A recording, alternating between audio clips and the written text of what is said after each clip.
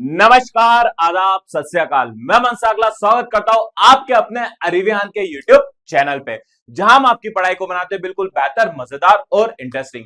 बेटा, जैसा कि अभिषेक सर ने प्रॉमिस करा था कि हम आपको इंपॉर्टेंट क्वेश्चंस देंगे, तो बेटा वही सीरीज मैं आपके लिए लेके आया हूं मैथमेटिक्स के लिए। यहां पे वो हम सारे क्वेश्चंस के बारे में डिस्कशन करेंगे जो आपकी एग्जाम के लिए बहुत ज्यादा इंपॉर्टेंट है। बट बेटा, उसके पहले मैं थोड़ी सी आपसे बात करना चाहूंगा, क्योंकि बहुत सारे मैसेजेस आए थे कि सर हम सेकंड एग्जाम देंगे तो हमारे साथ में क्या होगा। बेटा मत घबराइए, बहुत अच्छा होगा, बहुत अच्छे तरीके से मार्क्स लेके आएंगे। और कुछ बच्चों के डाउट आए थे कि सर इसके अंदर सेकंड एग्जाम दे रहे तो हमें सिर्फ यहाँ पे मार्क्स कम हो जाएंगे। नहीं बेटा, एमपी बोर्ड आपको सेकंड चांस दे रहा है अपने मार्क्स इंप्रूव करने के लिए और अपना परसेंटेज अच्छा बनाने के लिए। तो ऐसा कतई नहीं होने वाला है कि आपके यहाँ पे मार्क्स कटे जाएंगे। आप जिस तरीके से अच्छे तरीके से लिख के आएंगे बेटा, वही सारे के आंसर के बेसिस के ऊपर आपको यहाँ पे मार्क्स मिलेंगे। तो बेटा बस आप बिल्कुल लग जाइए, क्योंकि आखिरी का एक महीना आपके पास में यहाँ पे बचा हुआ है। और जैसा कि मैं हमेशा से आपसे बोलता हूं कि बेटा जीरो से लेके हीरो तक बनने का सफर है, लास्ट मोमेंट है, जी जान लगा दीजिए अपने जीरो से लेके हीरो तक बनने के सफर के अंदर। तो बेटा आइए हम लोग यहाँ पे शुरू करते हैं कि हमें मैथमेटिक्स में कहां से पढ़ना है, कैसा पढ़ना है और कितना पढ़ना है। तो हम एक एक चैप्टर के बारे में बातचीत करते हुए चलेंगे और उन सब कंसेप्ट को देखते हुए चलेंगे जो आपके बोर्ड एग्जामिनेशन के लिए यहाँ पे जरूरी है। तो बेटा यहाँ पे डाउट भी ऐसा आया था कि सर आपने तो यहाँ पे पढ़ाया है, आपने यहाँ पे पढ़ाया है, हमें यहाँ पे कोई सा एक एग्जांपल ले लेते हैं कि सर आपने जो पढ़ाया था यहाँ पे कोई 2x के लिए पढ़ाया था कोई सा एक क्वेश्चन।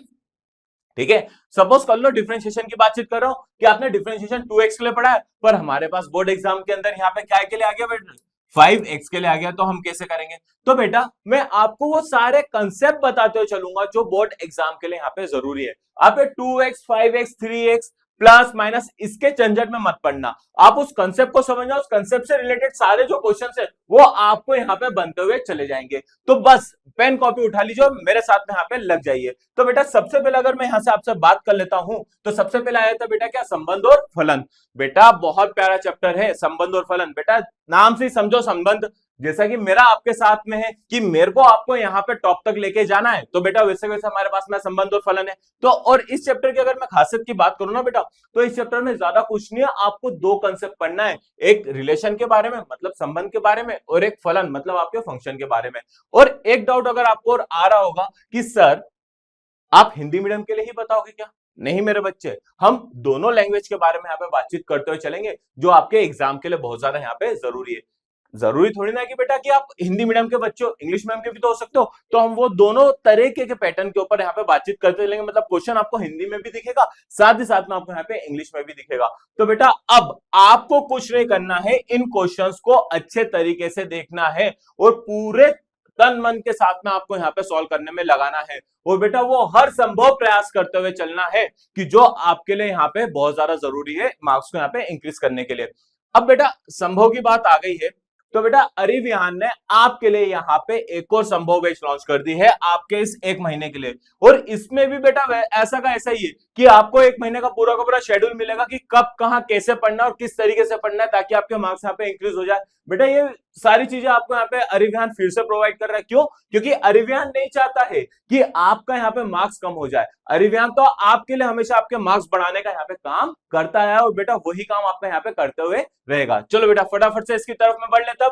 तो सबसे पहला क्वेश्चन क्या बेटा, दर्शाइए function f n to n है जो इस प्रकार परिभाषित है कि fx के अंदर x प्लस वन यदि x विषम है, x माइनस वन यदि x क्या बेटा सम है, एक एक और आच्छादक दोनों है। जैसा कि मैंने बोला था इस चैप्टर के अंदर आपको यहाँ पे दो ही कंसेप्ट पढ़ने। तो बेटा पहला कंसेप्ट आपको यहाँ पे क्या मिल जाएगा बेटा, एकेगी और आच्छादक। ठीक है, यानी वन वन और ऑन टू के बारे में आपको पढ़ना है। वन वन और ऑन टू अगर आपने यहाँ पे समझ लिया किसी एक फंक्शन के ऊपर, तो बेटा आपको ये सारे क्वेश्चंस आपको यहाँ पे दिख जाएंगे, तो आपको कभी दिक्कत नहीं होगी। ठीक है, अब जैसे देखिए सेकंड क्वेश्चन भी सिमिलर है हमारे पास में, ज्ञात कीजिए फलन एफ एक्स एक्स स्क्वायर द्वारा प्रदत्त फलन, ठीक है, एफ एन टू एन का गुण एकेगी तथा आच्छादक है या नहीं। ठीक है, आच्छादक है या नहीं है, एकेकी है या नहीं, उसके बारे में हम लोगों को यहाँ पे देखना है बेटा।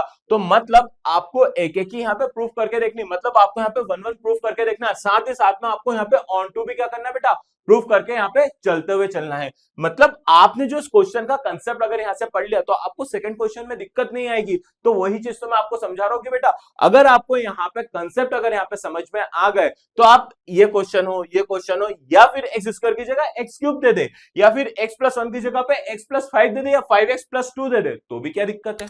बात समझ में आ रही है। तो इस तरीके से क्या करना है बेटा, आपको यहाँ पे आगे बढ़ते हुए चलना है। चलिए आगे और इस क्वेश्चन की तरफ में देखें तो बेटा संबंध r x to y x plus 2y is equal to 8 परिभाषित है। r का क्या लिखना है बेटा, यहाँ पे परिसर लिखना है। अब बेटा 1 और ऑन टू अगर हम पढ़ रहे हैं तो वहां पे आपको डोमेन, कोडोमेन, रेंज, मतलब आपको यहाँ पे परिसर और इनके बारे में, प्रांत के बारे में अच्छे तरीके से जानना भी पड़ेगा। तो बेटा वो डायरेक्टली आपको यहाँ पे दे देगी बेटा यहाँ पे क्या होते हैं, इसकी रेंज क्या होती है, उस तरीके से बात करो कि भाई साहब आपका डोमेन और कोडोमेन और रेंज, इनके बारे में अगर आपने जान लिया तो ये क्वेश्चन ऐसा कैसा बन जाएगा। और जो मैं दूसरे कंसेप्ट के बारे में बातचीत कर रहा था बेटा वो क्या था बेटा, कि आपको यहाँ पे समतुल्य है या नहीं है, सममित है या नहीं, संक्रामक है या नहीं है, मतलब आपको यहाँ पे रिफ्लेक्सिव, सिमेट्रिक और ट्रांजिटिव के बारे में जानना है। अगर आपने ये चीजें जान ली तो आपका पहला चैप्टर तो यहाँ पे पूरी तरीके से क्या हो जाएगा बेटा, कंप्लीट हो जाएगा। तो यही चीज तो हमारे पास में एग्जाम में आती है। तो बस फटाफट से इन क्वेश्चंस की प्रैक्टिस आप अच्छे तरीके से कर लीजिए। और अगर आपको यहाँ पे लग रहा है कि यार सर इसका सॉल्यूशन भी, तो बेटा सॉल्यूशन के लिए संभव बैच है ना बेटा, संभव बैच के ऊपर आप आ जाओ, कुछ नहीं करना है। अरिवियन की एप्लीकेशन जो है बेटा उसको इंस्टॉल कर लो, अपने नाम से वहां पे नंबर से आप लॉगिन कर लीजिए, जो आपका नंबर है बेटा उससे आप लॉगिन कर लीजिए।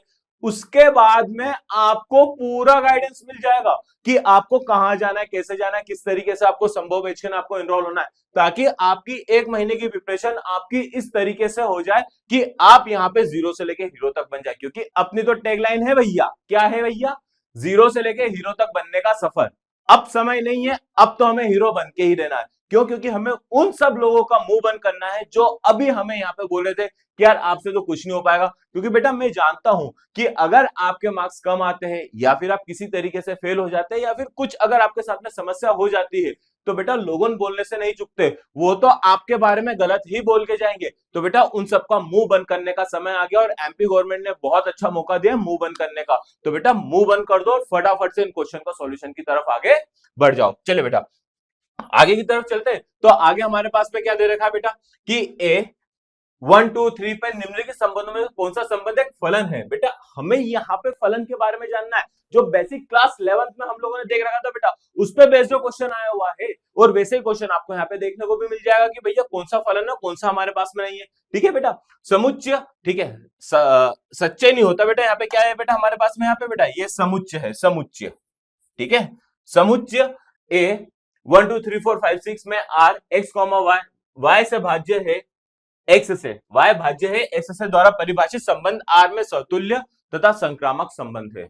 क्या बात कर रहा है भैया, ये सीधे सीधा हमसे क्या बोल रहा है बेटा, equivalence relation and transitive relation के बारे में बातचीत हमसे यहाँ पे कर रहा है, सतुल्य। ठीक है बेटा, ये हमसे यहाँ पे बातचीत कर रहा है, तो उसके बारे में हम लोगों को यहाँ पे देखना बहुत ज्यादा जरूरी है कि भाई साहब किस तरीके से हम लोग इसको देख सकते हैं। या फिर अगर आपको एक छोटी सी बात कर लो ना बेटा, आप ये पॉइंट काट दो, ठीक है, आप ये पॉइंट काट दो, सतुल्य संक्रामक काट दो, ठीक है, ये वाला पॉइंट काट दो। आप सिर्फ और सिर्फ एक बात का यहाँ पे ध्यान रखो, क्या बेटा, इक्विवेलेंस रिलेशन का। ठीक है, अगर आपने इक्विवेलेंस रिलेशन की बात अगर यहाँ पे देख ली है तो बेटा इक्विवेलेंस रिलेशन हमारे पास में तीनों रिलेशन को अगर हमने प्रूव कर दिया तो वो क्या कहलाता है बेटा, इक्विवेलेंस रिलेशन कहलाता है। ठीक है, और वही चीज तो हमसे यहाँ पे क्या करी गई है बेटा, प्रूफ करने की बातचीत करी गई है। ये चीज हटा दी हमने, एक इक्विवेलेंस रिलेशन अगर अच्छे से पढ़ लिया तो हमारे तीनों रिलेशन पूरे तरीके से बन जाएंगे। और फिर कोई सा भी क्वेश्चन आ जाए हमें क्या दिक्कत है, हम तो सीधे सीधे एग्जाम में फोड़ के आएंगे। चले बेटा आगे की तरफ बढ़ता, अगर आगे हम लोग यहाँ पे देखें तो अब हमारे पास में सेकंड चैप्टर आया था बेटा, क्या, प्रतिलोम त्रिकोणमितीय फलन। बेटा प्रतिलोम त्रिकोणमितीय फलन ये एक ऐसा चैप्टर है जो मैं आपको यहां से बता दूं कि आप class 8th 9th 10th 11th इसमें पढ़ते हुए आए हो, आप इन सब चीजों से बहुत ज्यादा परिभाषित हो, मतलब आप परिचित हो, अच्छे तरीके से यहां से परिचित हो कि आप tan के बारे में नहीं जानते हो, क्या आप cos के बारे में नहीं जानते हो, क्या आप sin के बारे में नहीं जानते हो। सिंपल सी बात है, हम जानते ही जानते हैं, अच्छे तरीके से जानते हैं। तो बेटा जब हम इनके बारे में जानते ही हैं तो क्या है, उनके साथ में बस एक एडिशनल इंफॉर्मेशन ऐड कर दिए, इनवर्स लगा दिया, तो क्या दिक्कत है। जो फॉर्मूले हमने क्लास 10th और 11th में पढ़ रखे थे बेटा वही फॉर्मूले क्लास 12th में है। बस in terms of inverse trigonometry. ठीक है, हमें सिर्फ प्रतिलोम त्रिकोणमिति में उन सारे फॉर्मूलों को फिर से देखना है। ठीक है, प्रतिलोम त्रिकोणमिति के अंदर में, तो उसके ऊपर बेस्ड क्वेश्चन हमारे पास में कैसे कैसे बनते हैं बेटा। यहां पे अगर आप देख रहे हो तो टेन इनवर्स ब्रैकेट में 1 माइनस कॉस एक्स अपॉन में 1 प्लस कॉस एक्स, जीरो से लेके पाए तक को सरल रूप लिखिए बेटा। सिंपल क्या फॉर्म लिखना है बेटा, सिंपल फॉर्म लिखना है। अब जैसा कि हम लोगों ने देखा था कि सिंपल फॉर्म करने के लिए हम यहाँ पे क्या करते हैं बेटा, इसको इस तरीके से कन्वर्ट करते हैं अंदर वाले हिस्सों को कि जो टेन इनवर्स है वो अपने आप में यहां से कट जाए। तो बेटा कटने के लिए क्या रहेगा बेटा, हमारे पास में cos x जो कि दे के रखा हुआ है, इसके दो फॉर्मूले लग जाएंगे। ठीक है, क्या लग जाएंगे बेटा, दो फॉर्मूले लग जाएंगे। कौन कौन से, 2 cos square X by 2 minus 1, और एक हो जाएगा cos x is equal to 1 minus 2 sine square X by 2।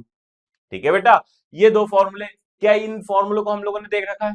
बिल्कुल मेरे बच्चे, हम लोगों ने अच्छे तरीके से देख रखा है, और उन फॉर्मूलों का इस्तेमाल करके तो सॉल्व करते हुए चलना है। मतलब कि जो ट्रिग्नोमेट्री हम लोगों ने पढ़ रखी है ना मेरे बेटे, वही ट्रिग्नोमेट्री आपको यहाँ पे इस्तेमाल करते हुए प्रतिलोम त्रिकोणमितीय फलन मतलब इनवर्स ट्रिग्नोमेट्रिक फंक्शन को यहाँ पे सॉल्व करते हुए चलना है। चलिए बेटा नेक्स्ट क्वेश्चन की तरफ देख लेते हैं। तो नेक्स्ट क्वेश्चन भी हम लोगों को यहाँ पे क्या करना है बेटा, प्रूफ करना है। अगर आप सिंपल ट्रिग्नोमेट्री की बात कर लेते हो तो साइन सी माइनस साइन डी के बारे में बातचीत कर रहा है, अगर फॉर्मूला याद है तो हाथों हाथ इनवर्स का फॉर्मूला भी याद करने में आपको दिक्कत नहीं आएगी। ठीक है, और हालांकि प्रतिलोम त्रिकोणमितीय फलन के अंदर बेटा फॉर्मूले प्रूफ करने के लिए भी आते हैं। ठीक है, कैसे, देखो आगे हम लोग यहाँ पे और देखते हुए चलते हैं कि देखो यहाँ पे जो मैंने आपसे बोला था sine inverse X plus sine inverse Y, ठीक है, ये फॉर्मूला आपको प्रूफ करने के लिए आ गया।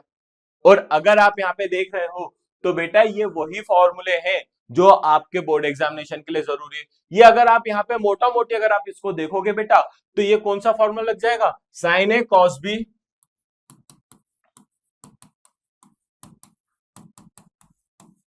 कॉस ए साइन बी का फॉर्मूला। याद आ रहा है बेटा किसका फॉर्मूला है, साइन ए प्लस बी का फॉर्मूला है। बस बेटा ये वाला फॉर्मूला अगर आपके दिमाग में आ गया है तो आपको ये फॉर्मूला याद करने में भी दिक्कत नहीं आएगी, ये फॉर्मूले को प्रूफ करने में भी दिक्कत नहीं आएगी। तो इस चीज को आपको यहाँ पे ध्यान रखना है। जो चीज हमने पढ़ रखी, जैसा कि मैंने शुरुआत में ही आपको बताया, बस उन शुरुआती शब्दों को अगर याद रखोगे तो चैप्टर में दिक्कत नहीं आएगी और उन फॉर्मूले को देखते हुए चलोगे। तो यहाँ पे भी देख लो नेक्स्ट क्वेश्चन क्या दे रखा हुआ है, यदि tan inverse x plus tan inverse y plus tan inverse z is equal to pi by 2 है, तो बेटा सिद्ध करना है। क्या सिद्ध करना है मेरे बच्चे, X Y plus Y Z plus Z X is equal to क्या बेटा 1। ये हमें क्या करना है यहाँ पे, सिद्ध करना है। और देख लो बेटा सिद्ध कीजिए, कॉट इनवर्स, ये पूरा का पूरा एक बड़ा सा फंक्शन दे दिया। ठीक है, जब ये बड़ा सा फंक्शन दे रखा है तो साइन एक्स का फॉर्मूला लगा देते हैं। बोले सर साइन एक्स का फॉर्मूला, अरे मेरे बेटे साइन 2x, ठीक है, साइन 2x का formula 2 sine x cos x, ये वाला फॉर्मूला लगेगा। और इस अगर 1 की बात कर रहे हो ये चारों 1 के अंदर, तो 1 इक्वल टू क्या हो जाएगा बेटा, sign square x plus cos square x. बेटा ये वाला फॉर्मूला यहाँ पे अप्लाई करना है और सॉल्व करना है। क्या ये फॉर्मूले हम लोगों ने देख रखे हैं? बस मेरे बच्चे बस इतना ही है पूरा इनवर्स ट्रिग्नोमेट्री। जो चीज हमने यहाँ पढ़ रखी है बेटा, बस उन्हीं चीजों के ऊपर हम लोगों को यहाँ पे क्या करना है बेटा, बात करते हुए आगे की तरफ बढ़ना है। चलिए आगे बढ़ते, अगर आगे हम लोग यहाँ पे देखें तो नेक्स्ट हमें यहाँ पे क्या दे रखा है, tan inverse cos x minus sine x cos x plus sine x. Simple सी बात है बेटा, इस तरीके के फंक्शन भी आपको यहाँ पे देखने को मिल सकते हैं। तो अगर ऐसा कुछ है तो आपको देख के फॉर्मूले में कन्वर्ट करना है। और किस तरीके से यहाँ पे कन्वर्ट करना है बेटा, कि ये जो फॉर्मूला आपको यहाँ पे दे के रखा हुआ है बेटा, वो tan इनवर्स के साथ में एक सिंपल फॉर्म बना दे या tan इनवर्स के साथ में कट जाए। एक बेसिक लॉजिक दे दूं बेटा मैं, बेसिक लॉजिक बात मान लो या फिर आप इसको ट्रिक मान लो, कुछ भी कर लो। आप उसको ऐसे सॉल्व करना, ऐसे सॉल्व करना कि आपका अंदर का जो फंक्शन है ना बेटा, अंदर का जो यहाँ पे फंक्शन देके रखा हुआ है, ठीक है, जो आपको यहाँ फलन देके रखा हुआ है, ये tan के फॉर्म में आ जाए। बस अगर मेरे को यहाँ साइन देके रखा है तो मुझे साइन के फॉर्म में यहाँ पे कन्वर्ट करना है और कुछ नहीं करना है। ठीक है, यानी tan इनवर्स दे रखा है तो tan के फॉर्म में कन्वर्ट कर दो, साइन इनवर्स दे रखा है तो साइन के फॉर्म में कर दो, cos इनवर्स दे के रखा है तो cos इनवर्स के फॉर्म में कर दो। बस इतना सा काम अगर आपने कर लिया तो आपकी इनवर्स ट्रिग्नोमेट्री तो हवा हवा हो जाएगी, धुआं धुआं कर दोगे आप बिल्कुल एकदम। चलो बेटा नेक्स्ट क्वेश्चन क्या देके रखा हुआ है, सिद्ध कीजिए tan inverse 1 plus x minus 1 minus x. ठीक है, सिमिलर। अगर आप इस क्वेश्चन को अगर आप यहां ध्यान से देख पा रहे हो तो आप देखना इसको, अभी इसको अपन होल्ड करके रखते हैं, आपको एक चीज दिखाता हूं। ठीक है, एक चीज अपन यहां पे समझते हैं। ये रहा, हाँ देखो आपको ये चीज दिखाई दे रही है, ये कॉट के फॉर्म में दे रखा है। ठीक है, ये कॉट के फॉर्म में दे रखा है। अगर आप इसको 10 में करोगे ना बेटा, तो आपको 10 के फॉर्म में कुछ ऐसा जब दिखाई दे रहा है, तो ये देखो, बोले हाँ सर कुछ 10 जैसा आपको दिखाई दे रहा है, एक्स की जगह पे अगर मैं साइन एक्स रख दूं तो बेटा वो वैसे क्वेश्चन बन रहा है। ठीक है, तो कई बार हमें सब्स्टिट्यूट का इस्तेमाल करना है, कई बार हमें एक्स की जगह पे साइन एक्स पुट करके रख के चेक करते हुए सॉल्व करते चलना है, या कॉस एक्स रख के सॉल्व करते हुए चलना है। तो आप देख रहे हो किस तरीके से हमारे पास में प्रश्न है, एक जैसे ही प्रश्न है, बस घुमा घुमा के हमसे यहाँ पे पूछे जाते हैं एग्जाम के अंदर। बस अगर आप इनका क्रक्स समझ गए तो आपको दिक्कत कहीं से कहीं तक नहीं आने वाली है। चलिए बेटा आगे देख लीजिए, सिद्ध कीजिए sine inverse X plus cos inverse X is equal to pi by 2, जो एक्स बिलोंग कर रहा है कहां पे बेटा, -1 से लेके 1 तक के बीच में। ठीक है, आपको ये क्या करना है बेटा, यहाँ पे इसको सिद्ध करना है, और इंपॉर्टेंट आइडेंटिटी है मेरे बच्चे। और अगर आप इसका सॉल्यूशन चाहते हो तो बेटा संभव पेज के अंदर आ जाओ, ये सारी चीज पढ़ाई हुई है, सब अच्छे तरीके से पढ़ाया हुआ है, ताकि आपको यहाँ पे दिक्कत नहीं, और आपको पर्टिकुलरली एक एक चीज आपको यहाँ पे दिखती हुई मिल जाएगी, जिससे आपको यहाँ पे दिक्कत नहीं आने वाली है। चलिए बेटा आगे की तरफ चलते हैं। अगर आगे हम लोग यहाँ पे देखें तो अब आ जाते हैं बेटा अवयव यानी मैट्रिक्स की तरफ। बेटा मैट्रिक्स मैट्रिक्स मैट्रिक्स मैट्रिक्स इतना अच्छा चैप्टर है बेटा, इतना अच्छा चैप्टर है कि जिसकी कोई हद नहीं है।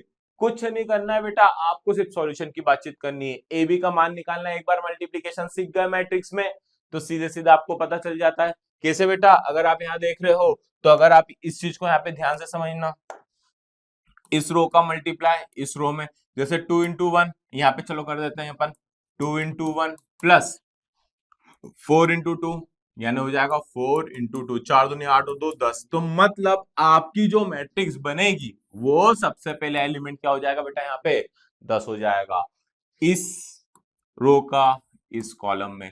3 दूनी 6 यानी 3 इन दूनी 6 प्लस 4 इंटू 5, 4 पंजे 20 और 6 26 यानी कितना हो जाएगा 26। मतलब देख रहे हो इस रो का इस रो में, बोले सर 2 2 के लिए एप्लीकेबल है, नहीं मेरे बच्चे 3 3 के लिए भी same formula same pattern applicable होता है मल्टीप्लिकेशन में। बस मल्टीप्लिकेशन इस तरीके से होता है, और एक ही चीज इसके अंदर पड़ती है जो है हमारे पास में मल्टीप्लिकेशन, और इस पे बेस्ड क्वेश्चन तो आना ही आना है। ठीक है, अब देखो A B plus minus into plus minus into देख लिया था, माइनस देख लेते हैं बेटा। इसका माइनस तो इतना अच्छा है, इतना अच्छा है, इतना अच्छा है कि क्या बताऊं। पहले एलिमेंट का इसके पहले एलिमेंट के साथ में दूसरे, चलो कलर बदल देते हैं अब हम लोग यहाँ पे। ठीक है, अगर मैं यहाँ से बात कर रहा हूं तो बेटा दूसरे एलिमेंट का इस दूसरे एलिमेंट के अंदर, ठीक है, और अगर मैं यहाँ से बोल देता हूं तो ये तीसरे एलिमेंट का इस तीसरे एलिमेंट के अंदर क्या होता है बेटा, सब्ट्रैक्ट होते हुए चलता है।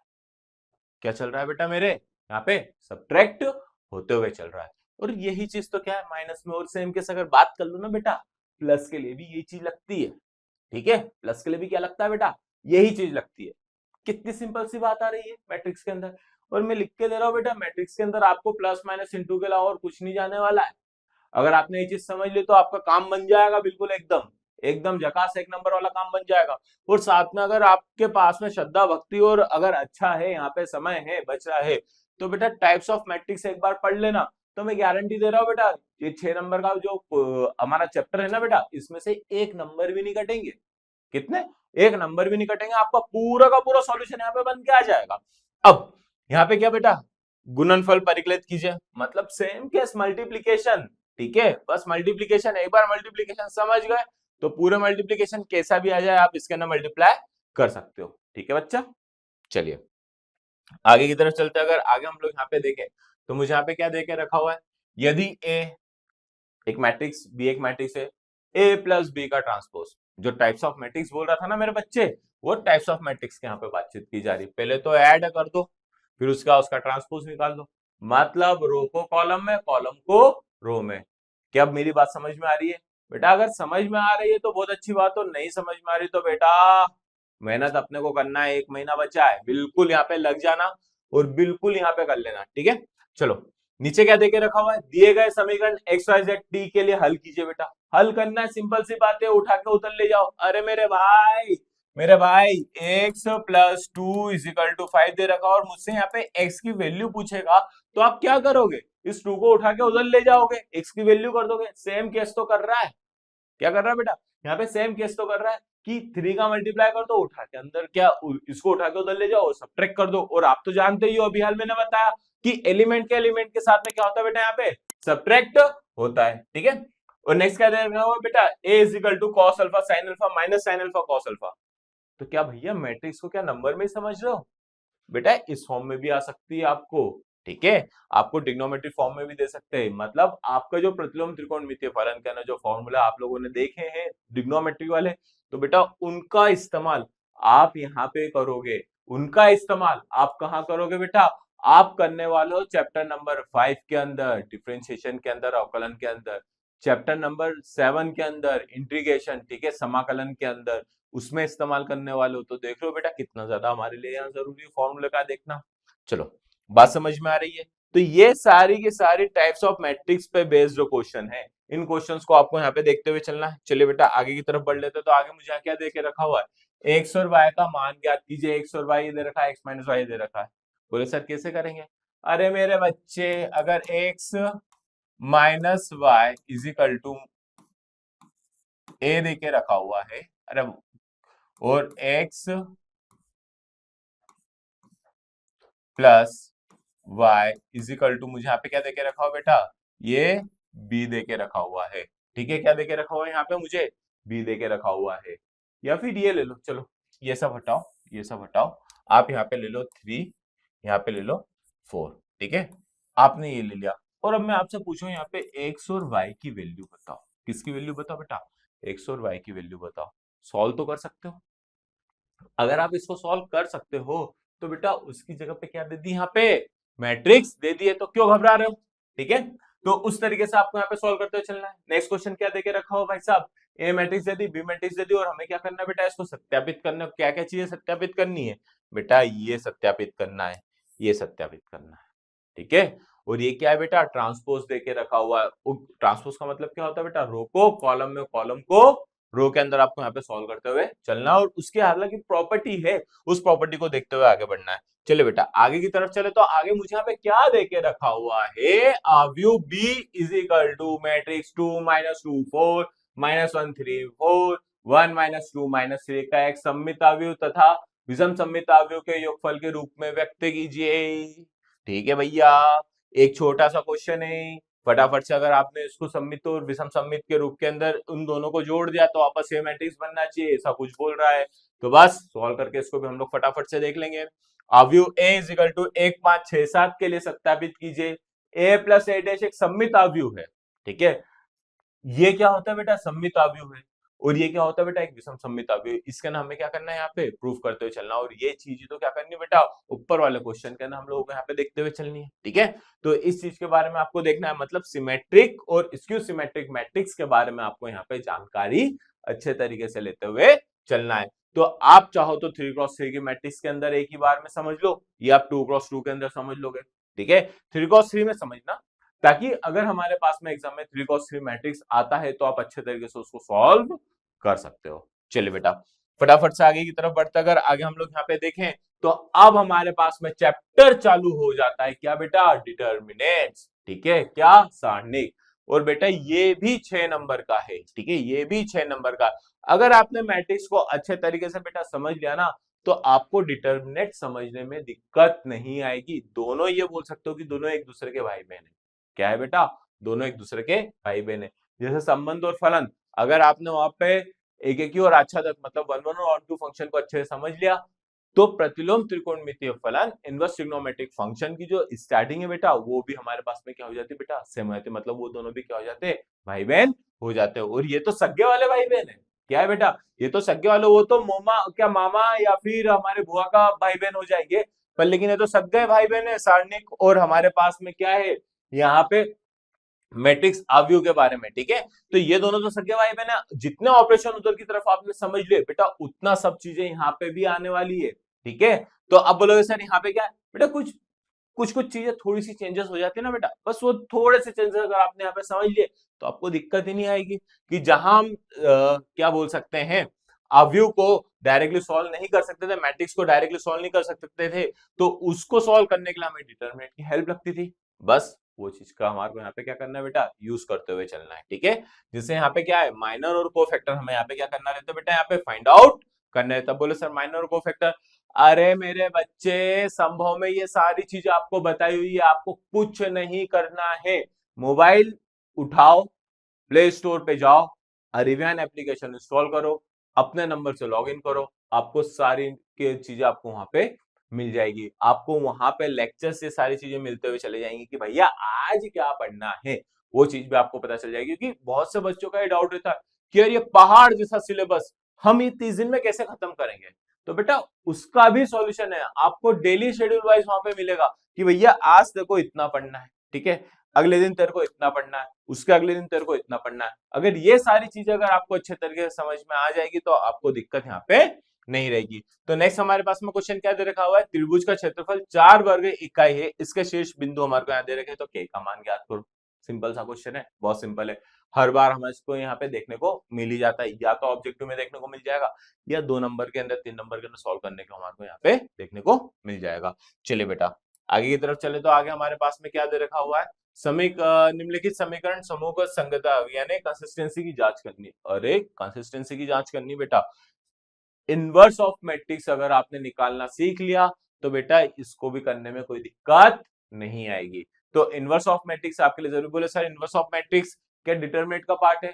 बेटा होता ये डिटरमिनेंट का ही पार्ट है, बट नाम इसको इनवर्स ऑफ ट्रिग्नोमेट्री दे रखा है। ठीक है, सॉरी इनवर्स ऑफ मैट्रिक्स दे रखा है, ट्रिग्नोमेट्री का मैट्रिक्स की बातचीत की जा रही है, तो इनवर्स ऑफ मैट्रिक्स आपको यहाँ पे देके रखा हुआ है। क्यों? क्योंकि इनवर्स निकालना रहता है, इनवर्स निकालने के नाम है डिटरमिनेंट भी सॉल्व करना रहता है, इसलिए उसको मैट्रिक्स में काउंट नहीं करते। कि डिटरमिनेंट पढ़ लेते हैं तो फिर उसके साथ में हम यहाँ पे क्या कर सकते हैं, इनवर्स ऑफ मैट्रिक्स यहाँ पे निकाल सकते हैं। चलिए बेटा ये देके रखा हुआ है, ए बी देके रखा है, सिद्ध कीजिए ए बी इनवर्स और ए इनवर्स, मतलब यहाँ पे आप डॉट भी ले सकते हो। ठीक है, तो ए बी इनवर्स हमारे को निकालना है, यानी ए बी का पहले तो इन दोनों का मल्टीप्लीकेशन करो फिर उसका इनवर्स निकालो। अब इनवर्स निकालने के लिए हमें क्या करना पड़ेगा बेटा, डिटरमिनेंट की हेल्प तो लेनी पड़ेगी।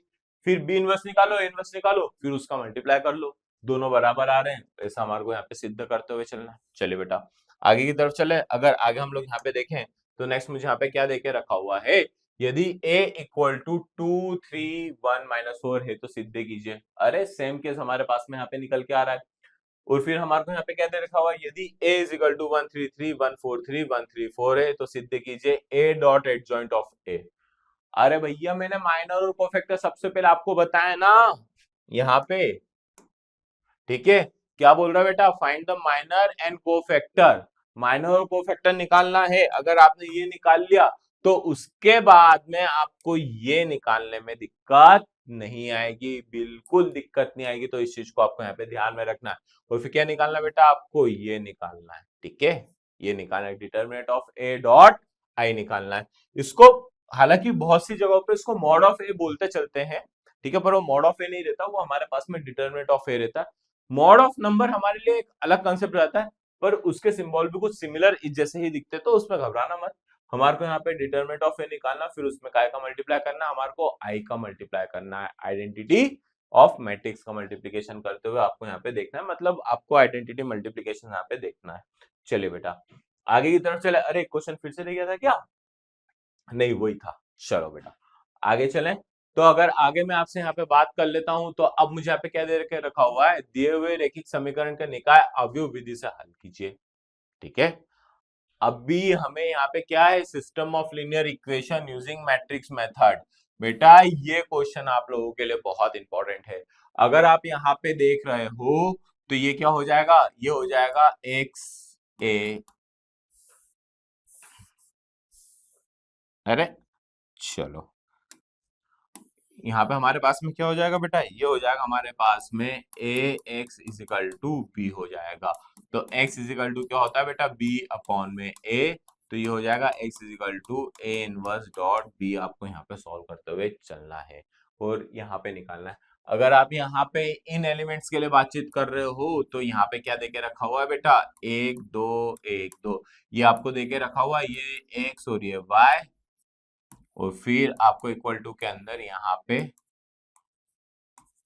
ये 4 आपको नंबर, सॉरी ये 2 नंबर आपको यहाँ पे देके रखे हुए हैं। इधर इक्वल टू में 4 लग गए थे, आपको यहाँ पे क्या देके रखे हुए हैं, यहाँ पे 2 नंबर देके रखे हुए हैं। एक सर फाइंड आउट करना है, तो आप इससे कंपैरिजन करो ना बेटा, आपको क्या निकालना है, इनवर्स, मतलब इसका इनवर्स निकाल के इसमें क्या करना है बेटा, आपको यहाँ पे मल्टीप्लाई करना है। ये चीज समझ जाओगे तो आपको दिक्कत बिल्कुल भी नहीं आनी। और ये तो मल्टीप्लीकेशन के हमसे यहाँ पे क्या कर रहा है, बातचीत कर रहा है। ठीक है, सिंपल सी बात है। अभी जैसे कि मैंने आपको मैट्रिक्स में बताया था भाई साहब, ट्रिग्नोमेट्री आ जाती है, तो डिटर्मिनेंट में क्यों नहीं आएगी, ठीक है, क्योंकि भाई बहन है, ठीक है, या दोनों बहन है या दोनों भाई है, जो भी मानना है वो मान लेना कि जब एक बहन के पास में, एक भाई के पास में, हमारे पास में ट्रिग्नोमेट्री आ रही, तो दूसरे भाई या दूसरी बहन के पास में क्यों नहीं आएगी बेटा, जब वहां आ रही है तो यहाँ भी आ जाती है, और इसको फिर क्या करना रहता है बेटा, हमको यहाँ पे सॉल्व करना रहता है। चलिए बेटा, x के किस मान के लिए अव्युत्क्रमणीय है, अरे for what value of x matrix non invertible singular है। भाई साहब सिंपल सी बात है, आपको इनवर्स की अगर प्रॉपर्टी समझ में आ जाती है तो आपको ये क्वेश्चन सॉल्व करने में दिक्कत नहीं आएगी। मतलब ले दे के पूरा का पूरा खेल क्या है बेटा, आपका यहाँ पे इनवर्स के ऊपर टिका हुआ है। चलिए आगे की तरफ चलते, अगर आगे आप देख लेते तो नेक्स्ट टॉपिक हमारा चालू हो जाता है, क्या बेटा, सांतत्य और अवकलनीयता। तो बेटा इसके अंदर आपको क्या देखना है, इसमें आपको देखना है सांद्रता की जांच करनी बेटा, अवकलनीयता की जांच करनी, और अवकलन के बारे में आपको यहाँ पे पढ़ना है। और बेटा आप अगर इसकी जांच के बारे में अगर आप देख लोगे तो आपको दिक्कत नहीं आएगी, दोनों में बहुत सिमिलरिटी दिखने को मिल जाएगी कि कैसे जांच की जाती है। ठीक है, तो ये तरीके क्वेश्चन हम लोग यहाँ पे एग्जाम में देखने को मिलते ही मिलते हैं, तो इनकी एक बार प्रैक्टिस करना। और बेटा अवकलन की प्रैक्टिस तो आपको अच्छे तरीके से करनी पड़ेगी, क्यों बेटा, क्योंकि अवकलन की अगर आपने प्रैक्टिस कर ली तो समाकलन में आपको दिक्कत नहीं आने वाली है। ठीक है, क्योंकि अवकलन का प्रतिलोम, अगर मैं बात करूं छोटे से टर्म में, छोटी सी बात के अंदर समझाने के पॉइंट ऑफ व्यू से बताऊं तो बेटा अवकलन का जो प्रतिलोम है वो क्या मिल जाएगा, हमें यहाँ पे समाकलन मिल जाएगा। तो बस फटाफट से क्या करना है, यहाँ पे सांद्रता की जांच कीजिए। ठीक है, ये हमारे को फलन दे रखा हुआ है, सिद्ध कीजिए फलन f(x) हमारे को, अब यहाँ पे मॉड्यूलस दे रखा है, इससे हम मॉड बोलेंगे। ठीक है, क्या बोलेंगे इसको, मॉड बोलेंगे। x-1 x belongs to r, मतलब सारे रियल नंबर क्या है, x इक्वल टू a पे क्या करना बेटा, अवकलनीय है, अवकलनीय नहीं है, हमारे को यहाँ पे क्या करना बेटा, इसको सिद्ध करना है। चलिए बेटा आगे की तरफ बढ़े, तो आगे हमें यहाँ पे क्या दे रखा है बेटा, फलन सांतत्य की जांच करना है। बेटा दो दो प्रश्न इसलिए हम लोगों ने रख रखे हैं यहाँ पे कि ताकि आपकी प्रैक्टिस अच्छे तरीके से यहाँ पे होते चली जाए।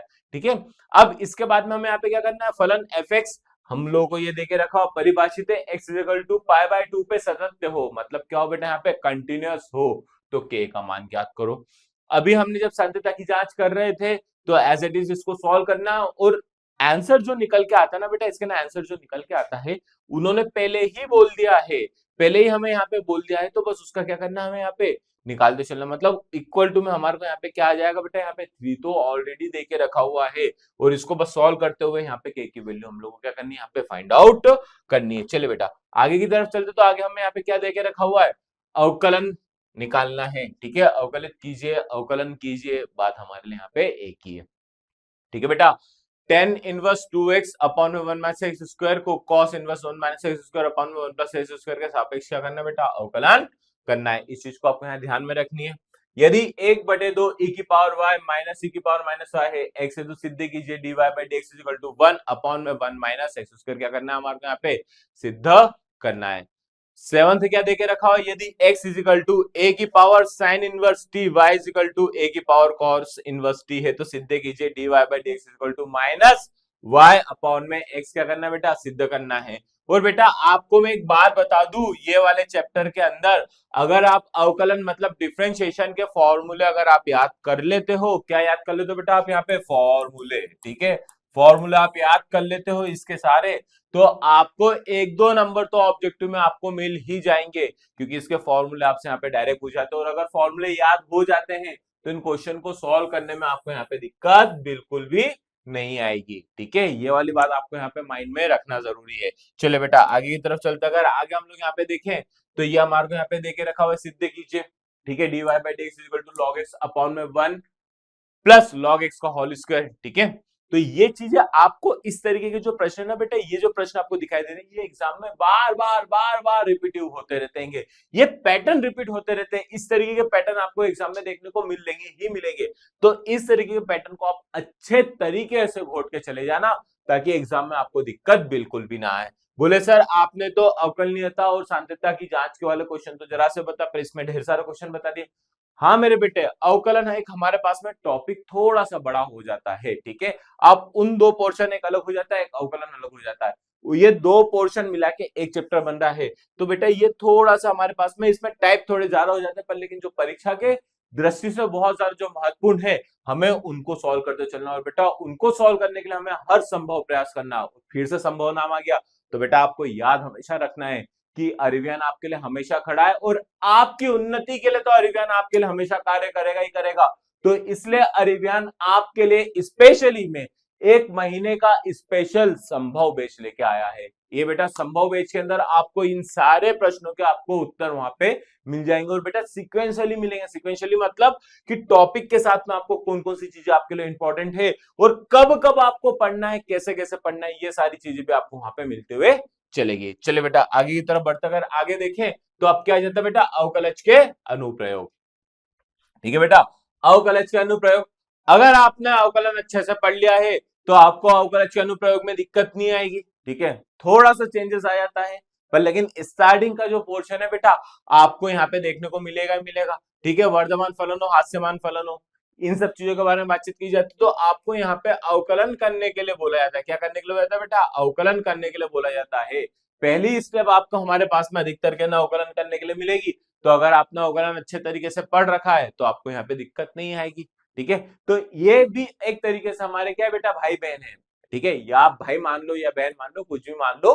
ठीक है, तो ये भाई बहन है, पर लेकिन ये भी कौन से वाले हो जाएंगे बेटा, ये हमारे एक तरीके से चाचा या ताऊ के भाई बहन हमारे कहलाते हैं। ठीक है, चाचा ताऊ के जो बच्चे रहते हैं वो वाले जो भाई बहन रहते हैं बेटा, ये वो वाले कहलाएंगे कि एप्लीकेशन ऑफ डेरिवेटिव और हमारे पास में कंटिन्यू डिफरेंशिएबिलिटी है। हाँ, सिमिलैरिटी आपको मिल जाएगी, वहां पे जो चीज आपने कर रखी है आपको यहाँ पे दिखाई बिल्कुल देगी। बात समझ में आई है। चलिए बेटा, सेकंड क्वेश्चन क्या देके रखा हुआ है, स्थिर झील में एक पत्थर डाला जाता है, तरंग वृत्त में 4 सेंटीमीटर पर सेकंड की गति से चलती है, तो जब वृत्ताकार तरंग की त्रिज्या 10 सेंटीमीटर है तो उस क्षण घिरा हुआ क्षेत्रफल कितनी तेजी से बढ़ेगा।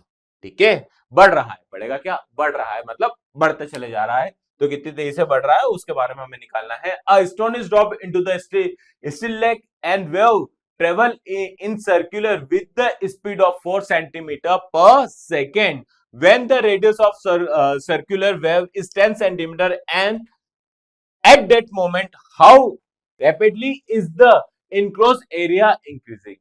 ठीक है, हमारा जो एरिया है इंक्रीज कैसे हो रहा है वो सारी चीजें हम लोगों को यहाँ पे कैलकुलेट करनी है। चलिए बेटा आगे की तरफ बढ़ते, अगर आगे हम लोग देखें तो एक हवा के बुलबुले की त्रिज्या 1/2 सेंटीमीटर प्रति सेकंड की दर से बढ़ रही है, तो त्रिज्या 1 सेंटीमीटर होने पे बुलबुले का आयतन में परिवर्तन की दर क्या होगी। ठीक है बेटा, इस चैप्टर के लिए एक छोटी सी बात मैं आपको यहाँ पे बता दूं, आपको यहाँ पे जो फॉर्मूले हैं उन फॉर्मूले में कौन कौन से आपको देखने हैं, आपको यहाँ पे सर्कल का फॉर्मूला देखना है। ठीक है, आपको यहाँ पे रेक्टेंगल का फॉर्मूला देखना है, आपको यहाँ पे स्क्वायर का फॉर्मूला आपको यहाँ पे देखना है, फिर उसके बाद में आपको स्पेयर का फॉर्मूला देखना पड़ेगा। ठीक है, सर्कल का बड़ा रूप गोला, गोला। ठीक है, स्पेयर का फॉर्मूला आपको यहाँ पे देखना पड़ेगा, और उसके बाद में आप अगर चाहते हो श्रद्धा भक्ति तो कौन का, बोले सर कौन, अरे आइसक्रीम खाते हैं मेरे बच्चे जिसमें, वो कौन का फॉर्मूला एक बार आप देख लेना।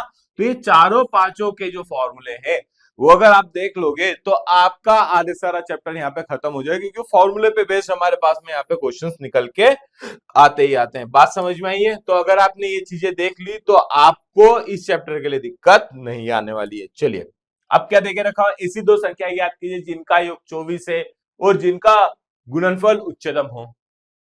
मैक्सिमम मिनिमा की बातचीत की जा रही है, जिनका योग 24 की बातचीत की जा रही है। मान लो पहला नंबर x, तो दूसरा नंबर क्या हो जाएगा, अरे मेरे भैया दूसरा number x, sorry 24 minus x होगा। ठीक है, 24 माइनस x हो जाएगा। अब इन दोनों के मल्टीप्लीकेशन की यहाँ पे क्या हो रही है, बातचीत हो रही है। बात समझ में आई है, तो इस तरीके से हमारे पास में चल रहा है। अंतराल 1,5 में fx का मान को देखा, प्रदत्त फलन निरपेक्ष उच्चतम निरपेक्ष न्यूनतम मानों का हम लोगों को क्या करना है बेटा, याद करना है। एब्सोल्यूट मैक्सिमा और एब्सोल्यूट मिनिमा की यहाँ पे बातचीत की जा रही है। बेटा मैक्सिमा मिनिमा अगर समझ लिया तो एब्सोल्यूट को समझने में दिक्कत नहीं आएगी, ठीक है, उसको सॉल्व करने में प्रॉब्लम नहीं आएगी। बस ये चीजें हैं हमारे पास में। फिर उसके बाद में हमारे पास में क्या आता है, वह अंतराल ज्ञात कीजिए जिसमें f x x square minus 4x plus 6 प्रदत्त फलन हास्यमान है। ठीक है, हमसे क्या बोल रहा है बेटा, यहाँ पे हमसे डिक्रीजिंग के बारे में बातचीत की जा रही है। अरे इंक्रीजिंग डिक्रीजिंग एक फंक्शन हो गया, मैक्सिमम मिनिमा एक फंक्शन हो गया, और फॉर्मूला वाला एक फंक्शन हो गया। तीन तो टॉपिक है इस पूरे चैप्टर के अंदर। बात समझ में आ गई? तो बस वो एक चीज है, और उन्हीं चीजों को घुमा घुमा के हमसे क्या कर रहा है, पूछा है। कभी ट्रिग्नोमेट्री में पूछ लेगा, कभी 2 नंबर के एडिशन के पूछ लेगा, कभी 2 नंबर के मल्टीप्लिकेशन पे यहाँ पे बातचीत कर लेगा, या फिर हमें सीधे से इक्वेशन दे देगा। वही चीजों पे तो बातचीत की जा रही है। चलो बेटा नेक्स्ट क्वेश्चन क्या दे रखा हुआ है, 3 sin theta plus 4 cos theta is equal to निम्नलिखित मान ज्ञात कीजिए। मिनिमम वैल्यू फाइंड आउट करने के लिए बोल दिया है। चलिए नेक्स्ट क्वेश्चन क्या दे रखा है, इक्वेशन दे रखी है, प्रदत्त फलन द्वारा स्थानीय उच्चतम स्थानीय निम्नतम मान क्या करना है बेटा, मान लो को स्थानीय निम्नतम मान ज्ञात कीजिए। मतलब लोकल मिनिमा और लोकल मैक्सिमा की बातचीत की जा रही है। और बेटा पूरे चैप्टर की अगर मैं बातचीत कर लूं, जो फॉर्मूला बताए थे वो, ठीक है, मैक्सिमा मिनिमा इंक्रीजिंग डिक्रीजिंग, तीन कंसेप्ट है, घोट डालो एग्जाम 4 डालो। बस चलो बेटा आगे की तरफ बढ़ते, अगर अब देख लेते हैं समाकलन। अगर मैं समाकलन की बात करूं ना बेटा, यानी इंटीग्रेशन की बात करूं, तो क्लास 12 का बहुत ही इंपॉर्टेंट टॉपिक है, ठीक है, सबसे ज्यादा मार्क्स का पूछे जाने वाला टॉपिक है। और हमारे पूरे मैथमेटिक्स की बुक की बात कर लो, या फिर पूरे मैथमेटिक्स परिवार की बात कर लो क्लास 12 की बुक के लिए, तो उसमें सबसे हेड ऑफ द चैप्टर बोला जाएगा, या फिर सबसे बड़ा चैप्टर जो है वो हमारे पास में क्या बेटा, समाकलन है। और बेटा ये पूरी एक फैमिली की तरह है। अगर आप देख रहे हो, ठीक है, सांतत्यता और अवकलनीयता की बातचीत की जा रही, वहां से चालू होके, मतलब कंटिन्यू डिफरेंशियबिलिटी से चालू होके डिफरेंशियल इक्वेशन मतलब अवकल समीकरण तक का जो चैप्टर है वो पूरा एक दूसरे से कनेक्टेड है। मतलब एक पूरा का पूरा परिवार है। अगर आपने एक चैप्टर को यहाँ पे स्किप करा तो दूसरे चैप्टर में कुछ ना कुछ आपको दिक्कत आ सकती है। तो बेटा ये सारे चैप्टर आप देख लोगे, अगर आपने अवकलन अच्छे से पढ़ रखा तो समाकलन में दिक्कत नहीं आएगी। जैसे अवकलन सॉल्व करने की जो हमारे पास में विधियां थी, जैसे हल करने का हमारे पास में तरीका था, बेटा वही तरीका हमारे पास में यहाँ है। और बेटा समाकलन की अगर एक में बातचीत कर लू ना बेटा, तो समाकलन में आपको एक चीज का हमेशा बेनिफिट रहेगा। क्या बेनिफिट रहेगा बेटा, अगर आपने इसके फॉर्मूले अच्छे से याद कर लिए तो आपके बोर्ड एग्जामिनेशन के अंदर 6 से लेके 7 मार्क्स तक, ठीक है, 6 से लेके 7 मार्क्स तक सीधे सीधे फॉर्मूले पूछे जाते हैं। क्या पूछे जाते हैं बेटा, सीधे सीधे फॉर्मूले पूछे जाते हैं बोर्ड एग्जाम के अंदर, ठीक है। तो बेटा यही सारी मेहनत आपका एग्जाम में रंग लेके आएगी। तो फॉर्मूले आपको याद करने हैं, जैसे मैंने अवकलन के अंदर बताया था, आपसे 2 से 3 फॉर्मूले आपसे वहां से पूछे जाएंगे ही जाएंगे, ठीक है, 6-7 आपसे पूछे जाएंगे, मतलब 10 नंबर तो आपके सीधे सीधे बन रहे हैं सिर्फ फॉर्मूला याद करने पे। और बेटा फॉर्मूला याद करने के अंदर आपका बेनिफिट इनको सॉल्व करने पे भी तो है। अगर आपने इनको सॉल्व कर लिया तो आपकी दिक्कत यहाँ पे वैसे भी खत्म हो जाएगी। चलिए आगे की तरफ बढ़ते हैं। तो बेटा ये हमारे पास में कुछ स्टैंडर्ड फॉर्म्स है जो एग्जाम के नाम से रेगुलरली हमेशा पूछे जा रहे हैं, हमेशा रिपीटिव होते चले जाते हैं, रिपीट होते चले जाते हैं। और अगर मैं यहाँ पे बात कर लेता हूं इस फॉर्मेट की, तो बेटा आपको ये देके रखा हुआ है इंटीग्रेशन e की पावर 2x माइनस 1 अपॉन में e की पावर 2x प्लस 1 देके रखा हुआ है। ये फॉर्मेट दिख जाएगा, या फिर आपको इंटीग्रेशन में e की पावर x माइनस, ठीक है, क्या बेटा यहाँ पे e की पावर x माइनस e की पावर माइनस एक्स और अपॉन में e की पावर x प्लस e की पावर माइनस एक्स आपको यहाँ पे देखने को मिल जाएगा। बेटा दोनों फॉर्मेट सेम है, दोनों के आंसर हमारे पास में एक जैसे निकल के आएंगे, सॉल्यूशन करने का तरीका भी एक सही है, तो क्यों टेंशन ले रहे हो, वही फॉर्मेट की मैं बातचीत कर रहा हूं। तो आपने ये चीज समझ लिए। और अगर मैं समाकलन की बातचीत करूं तो बेटा समाकलन के अंदर आपको दो चीजें देखने को मिलेगी। कौन सी बेटा, अनिश्चित समाकलन और निश्चित समाकलन। अभी तक हमने जो क्वेश्चन देखे ना बेटा वो अनिश्चित समाकलन के थे, अब निश्चित समाकलन के बारे में थोड़ी सी बातचीत कर लेते हैं। अब बेटा दोनों को बाइफरकेट करने का तरीका, अब डेफिनेशन वाइज नहीं जा रहे, सिर्फ एक छोटा सा देख रहे कि समाकलन में, ठीक है, समाकलन के सिंबल के अंदर अगर आपको ये दो लिमिट दिख जाए तो बेटा वो निश्चित समाकलन है। क्या है बेटा, वो निश्चित समाकलन है। और अगर नहीं दिखे तो वो अनिश्चित समाकलन है। बस छोटा सा पॉइंट है, याद करने का तरीका बता रहा हूं, ऑफिशियल डेफिनेशन पे नहीं जा रहा हूं, ताकि आप प्रश्नों को यहाँ पे बाइफरकेट कर लो। अब जैसे हमारे को यहाँ पे ये देके रखा हुआ है, अब इसके फॉर्मेट की बात कर लेता हूं। तो आप ये रूट को हटाओगे तो क्या लिखोगे बेटा, साइन की पावर 1/2x लिखोगे, ठीक है, लिखोगे? बोले हाँ सर। अब मैं इसको थोड़ा सा चेंज कर देता हूं, क्या कर देता हूं बेटा, इसको चेंज कर देता हूं, इस 1/2 को n ले लेता हूं, nx अपॉन में साइन की पावर nx प्लस कॉस की पावर nx हो जाएगा। बात समझ में आ रही है? या फिर आप ले लो कॉस की पावर nx अपॉन में कॉस की पावर nx प्लस साइन की पावर nx हो जाएगा, या फिर 1 अपॉन में 1 प्लस टेन की पावर nx, और एक और हो जाएगा 1 अपॉन में 1 प्लस कॉट की पावर nx। बेटा ये सेम फॉर्मेट के सॉल्यूशन है, ठीक है, मतलब जो क्वेश्चन आपको दिख रहे हैं ना, ये सेम एक जैसे सॉल्व होते हैं। तो ये आपको एक क्वेश्चन के थ्रू में आपको 4 से 5 क्वेश्चन आपको सॉल्यूशन के अंदर मिल जाएंगे, ठीक है। तो ये फॉर्मेट को आप देखते चलो, एग्जाम में ये चीज पूछी जाती है, नॉन स्टॉप पूछी जाती है, कोई दिक्कत नहीं है। फिर एक हमारे पास में फॉर्मेट निकल के आता है, ये फॉर्मेट को भी आप अच्छे तरीके से देख सकते हो। चलिए बेटा आगे की तरफ चलते, अगर आगे हम लोग यहाँ पे देखें तो आपको जो चीज मैं बता रहा था ना बेटा, वो ये है कि आपसे सीधे cot x का फॉर्मूला पूछ लेगा, आपसे sec x का फॉर्मूला पूछ लेगा, cos x का फॉर्मूला पूछ लेगा, आपसे ये फॉर्मूला पूछ लेंगे।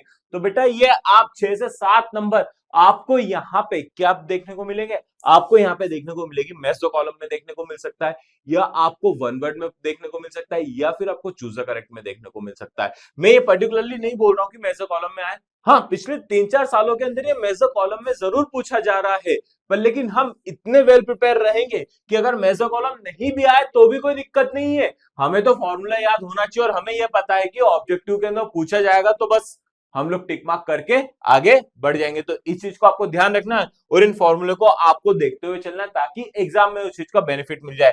चलिए बेटा आगे की तरफ चलते हैं। बेटा समाकलन के अनुप्रयोग, एप्लीकेशन ऑफ इंटीग्रल्स की अगर मैं यहाँ पे बातचीत कर लेता हूं, तो एप्लीकेशन ऑफ इंटीग्रल्स भी बेटा कुछ नहीं है, जो हम लोगों ने निश्चित समाकलन में पढ़ रखा है बेटा, वही सारी चीज, जैसे कि आपको यहाँ पे देके रखा हुआ है घेरे क्षेत्रफल याद कीजिए, या तो हम y के सापेक्ष हल करेंगे इसको, या x के सापेक्ष करेंगे। चलो y के सापेक्ष करते हैं, तो y इक्वल टू क्या हो जाएगा, root of A square minus X square हो जाएगा, और फिर यहाँ पे इंटीग्रेशन लग जाएगी और इसकी लिमिट लग जाएगी, ठीक है। हालांकि पूरा का पूरा सॉल्यूशन है, पर लेकिन आपको यहाँ पे भी क्या है, समाकलन के फॉर्मूले अप्लाई करने आने चाहिए बेटा, वही तो फॉर्मूले का खेल है। फॉर्मूले याद कर लोगे तो आपका ये वाला चैप्टर तो ऐसा का ऐसा खत्म हो जाएगा, जो पता भी नहीं चलेगा आपको बिल्कुल भी, ठीक है बेटा। तो ये सारी चीजें हमारे पास में कहां निकल के आती है, ये निकल के आती है एप्लीकेशन ऑफ इंटीग्रल्स के अंदर। सेकंड क्वेश्चन हमें यहाँ पे क्या देके रखा हुआ है बेटा, समाकलन के उपयोग से दीर्घवृत्त, ठीक है, समाकलज नहीं समाकलन है हमारे पास में, समाकलन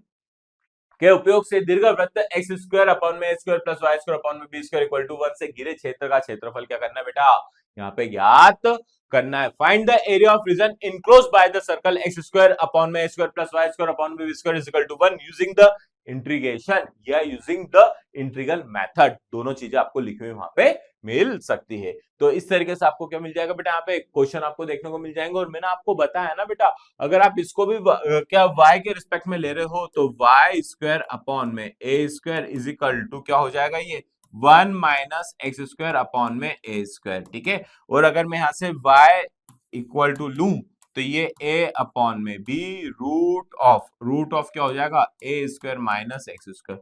आप इंटीग्रेशन करने जाओगे तो आपको क्या मिल जाएगा, y is equal to a upon में b integration root of A square minus X square. देखो फिर फॉर्मूला मिल गया, मिला कि नहीं मिला। और आपसे मैंने अभी यहाँ पे बोला था, क्या बोला था बेटा, ये देख लो, ये फॉर्मूले आपसे यहाँ पे पूछे जाते हैं, तो आपको बेनिफिट दोनों चैप्टर का एक ही बार में मिल जाएगा। सेम क्वेश्चन हमारे पास में यहाँ पे है, ठीक है, enclose by the parabola, parabola के बारे में यहाँ पे बातचीत की जा रही है। चलो बेटा आगे की तरफ बढ़े, तो आगे मुझे यहाँ पे क्या देके रखा हुआ है, दीर्घवृत्त, अभी ए स्क्वायर बी स्क्वायर चल रहा था, अब यहाँ पे नंबर दे दिए, ठीक है, ए स्क्वायर बी स्क्वायर चल रहा था, आप नंबर दे दिए। तो नंबर दे दोगे तो क्या हम लोग डर जाएंगे क्या, बिल्कुल नहीं डरेंगे। ये ए अपॉन में बी की जो वैल्यू आ रही थी, जो हमारे पास में ये वैल्यू दिखाई दे रही थी, इसकी जगह पे हमें यहाँ पे क्या दे दिया बेटा, नंबर दे दिए। क्यों टेंशन ले रहे हो, सॉल्यूशन तो ऐसा का ऐसा ही होगा जैसा हम लोगों ने अभी हल करके देखा था, उसके अंदर वो पूरा फॉर्मूला लगा के सॉल्व करके हम लोग यहाँ पे देखेंगे, वही सारी चीज हम लोग यहाँ पे देखनी है। अब क्या बोल रहा भाई साहब, रेखा, ठीक है, रेखा जया सुषमा सबकी पसंद निरमा वाली रेखा नहीं है रे, ये हमारे पास में रेखा मतलब स्ट्रेट लाइन की बातचीत की जा रही है, ठीक है। तो एक्स अपॉन में प्लस वाई अपॉन में बी इक्वल टू क्या दे रखा हुआ बेटा, यहाँ पे 1 दे रखा है। निर्देशों के बीच क्षेत्र का क्षेत्रफल मुझे यहाँ पे क्या करना है बेटा, ज्ञात करना है। कोऑर्डिनेट एक्सिस के बीच में हमसे यहाँ पे बातचीत की जा रही है। एरिया, ठीक है, एक लाइन की हमसे यहाँ पे बातचीत की जा रही है और फिर हम लोग जैसे ही कोऑर्डिनेट एक्सिस के ऊपर लाइन ड्रॉ करेंगे तो जो क्लोज हमारे पास में सरफेस बनेगा या फिर क्लोज एरिया बनेगा, सपोज करो, बात मान लो कि ये बन रहा है, ठीक है, तो ये वाले एरिया की बातचीत की जा रही है। किसकी बातचीत की जा रही है बेटा? ये वाले एरिया की बातचीत की जा रही है। चलो बेटा आगे की तरफ बढ़े तो आगे हमें यहाँ पे क्या देके रखा हुआ? अवकल समीकरण, ठीक है, अवकल समीकरण। अगर हम कैलकुलस एक पूरी फैमिली की बात कर ले तो ये उसका आखिरी चैप्टर है। क्या है बेटा? उसका आखिरी चैप्टर है। और इस चैप्टर के अंदर आपको इंटीग्रेशन भी देखने को मिल जाएगा, आपको डिफरेंशिएशन भी देखने को मिल जाएगा, आपको दोनों चीज देखने को मिल जाएगी, ठीक है। हमें इसके अंदर क्या क्या देखने को मिलता है? हमें इस इक्वेशन को सॉल्व करने के तरीके के ऊपर बातचीत की जाती है, ठीक है। ऐसे आपको इक्वेशंस मिल जाती है। हालांकि हमने सिंपल इक्वेशंस देख रखी थी, पर लेकिन हमें dy बाई dx के फॉर्म में जब इक्वेशंस देखने को मिलती है तो उस इक्वेशन को सॉल्व करने के जो तरीके होते हैं उन तरीके के बारे में यहाँ पे बातचीत की जाती है। हार्डली हमारे पास में 2 से 3 तरीके रहते हैं जो एग्जाम में बार बार पूछे जाते हैं। उन तरीके को अगर आपने एक बार में देख लिया तो आपको दिक्कत ही दिक्कत खत्म हो जाएगी, 1% की दिक्कत नहीं आएगी, ठीक है। तो हमारे पास में यहाँ पे जो देखे रखा हुआ है 1 plus X square D Y by D X plus 1 plus Y square is equal to 0 हम लोगों को सॉल्व करना है। देखो कैसे हो जाएगा, अगर मैं ये वाले क्वेश्चन की तरफ में लेके चलूं तो ये हो जाएगा D Y by D X is equal to minus 1 plus Y square upon में 1 प्लस एक्स स्क्वायर मुझे यहाँ पे देके रखा और इसको क्या करना है बेटा? सॉल्व करना है, ठीक है। इसको क्या करना है बेटा? सॉल्व करना है। अब इसको सॉल्व करने का तरीका कि यहाँ से डी वाई अपॉन में माइनस में 1 प्लस वाई स्क्वायर और ये हो जाएगा बेटा डी एक्स अपॉन में 1 प्लस एक्स स्क्वायर। दोनों तरफ इंटीग्रेशन करके सॉल्व कर लो और जब आप इंटीग्रेशन यहाँ पे लगाओगे तो ये क्या हो रहा है बेटा? D Y 1 plus Y square. दिख रहा है कुछ? फॉर्मूला दिखाई दे रहा है? चले वापस से पीछे पीछे अगर मैं यहाँ पे लेके चल रहा हूँ, आपको दिखा रहा हूँ, तो ये देखो हमारे पास में एक्स स्क्वायर प्लस ए स्क्वायर वाले की बातचीत की जा रही थी, फॉर्मूले की बातचीत की जा रही थी। वही चीज हमारे पास में यहाँ पे निकल के आ गई है, ठीक है। वही चीज हमारे पास में यहाँ निकल के आ गई, वही फॉर्मूला आ गया। ए की जगह पे क्या आ गया बेटा? यहाँ पे 1 आ गया, ए स्क्वायर की जगह पे 1 आ गया। तो सेम केस हमारे पास में इस इक्वेशन को सॉल्व करना है। अवकल समीकरण की क्या बेटा? कोटि ज्ञात करनी, ठीक है, ऑर्डर और डिग्री, ठीक है, ऑर्डर और डिग्री के बारे में हमें जानना है। और बेसिक बेसिक चीजें हैं, इन बेसिक चीजों को अगर आपने एक बार में समझ लिया तो आपको दिक्कत खत्म हो जाएगी। चलो बेटा आगे की तरफ चलते, तो आगे मुझे यहाँ पे क्या देके रखा है? दर्शाइए अवकल समीकरण, समघात अवकल समीकरण है, इसका हल ज्ञात कीजिए। चलो बेटा डिफरेंशियल इक्वेशन है और होमोजेनियस डिफरेंशियल इक्वेशन की बातचीत की जा रही है, तो उसको क्या करके है बेटा? यहाँ पे सॉल्व करना है। जैसा कि मैंने आपको यहाँ पे बताया था कि इसको सॉल्व करने के लिए हमारे पास में 2-3 मेथड है, तो उन मेथड के बारे में आपको डायरेक्टली यहाँ पे देके रखा और नहीं भी दिया तो तीनों मेथड को जब आप सॉल्व करके देखेंगे तो आपको समझ में आएगा यार ये इक्वेशन तो ये वाली मेथड से सॉल्व होगी, ये वाली इक्वेशन ये दूसरी वाली मेथड से सॉल्व होगी, ये वाली इक्वेशन तीसरी वाली मेथड से सॉल्व होगी। तो ये तरीके आप क्या है, दो क्वेश्चन सॉल्व कर लेंगे तो आपको ये चीज समझ में आ जाएगी। नेक्स्ट क्या दे रखा? अवकल समीकरण का व्यापक हल ज्ञात कीजिए। क्या करना है मुझे? जनरल सॉल्यूशन ज्ञात करना है। बोलो सर जनरल सॉल्यूशन क्या होता है? अरे मेरे बच्चे अभी मैंने तेरे को यहाँ पे क्या बताया कि जब हम इसको सॉल्व करेंगे, ठीक है, इक्वल टू के अंदर यहाँ पे इंटीग्रेशन dx अपॉन में 1 प्लस एक्स स्क्वायर आ जाएगा, तो ये क्या हो जाएगा? tan inverse y plus c is equal to tan inverse x। ये उठ के इधर आ जाएगा, तो ये c दे के रखा हुआ है ना जनरल सॉल्यूशन, इसके अंदर c की कोई सी भी वैल्यू आ जाएगी तो क्या कहलाता है बेटा? जनरल सॉल्यूशन कहलाता है, ठीक है। और जब मैं यहाँ पे जनरल सॉल्यूशन की यहाँ पे बातचीत कर रहा हूँ, ठीक है, और फिर उसके बाद में हमारे पास में क्या आ जाता है? एक पर्टिकुलर सॉल्यूशन आ जाता है। जब पर्टिकुलर सॉल्यूशन में क्या होता है? सी की वैल्यू पुट अप करनी रहती है, तो क्या कहलाता है बेटा? हमारे पास में यहाँ पे पर्टिकुलर सॉल्यूशन कहलाता है, बस और कुछ नहीं है। चलो अवकल समीकरण को हल कीजिए, ठीक है। अवकल समीकरण को हम लोगों को यहाँ पे हल करके देखना है बेटा, कुछ भी असंभव नहीं है आपके लिए। मैथमेटिक्स बहुत हलवा है, मेथड समझ गए ना तो आप कोई सा भी क्वेश्चन यहाँ पे सॉल्व कर सकते हो।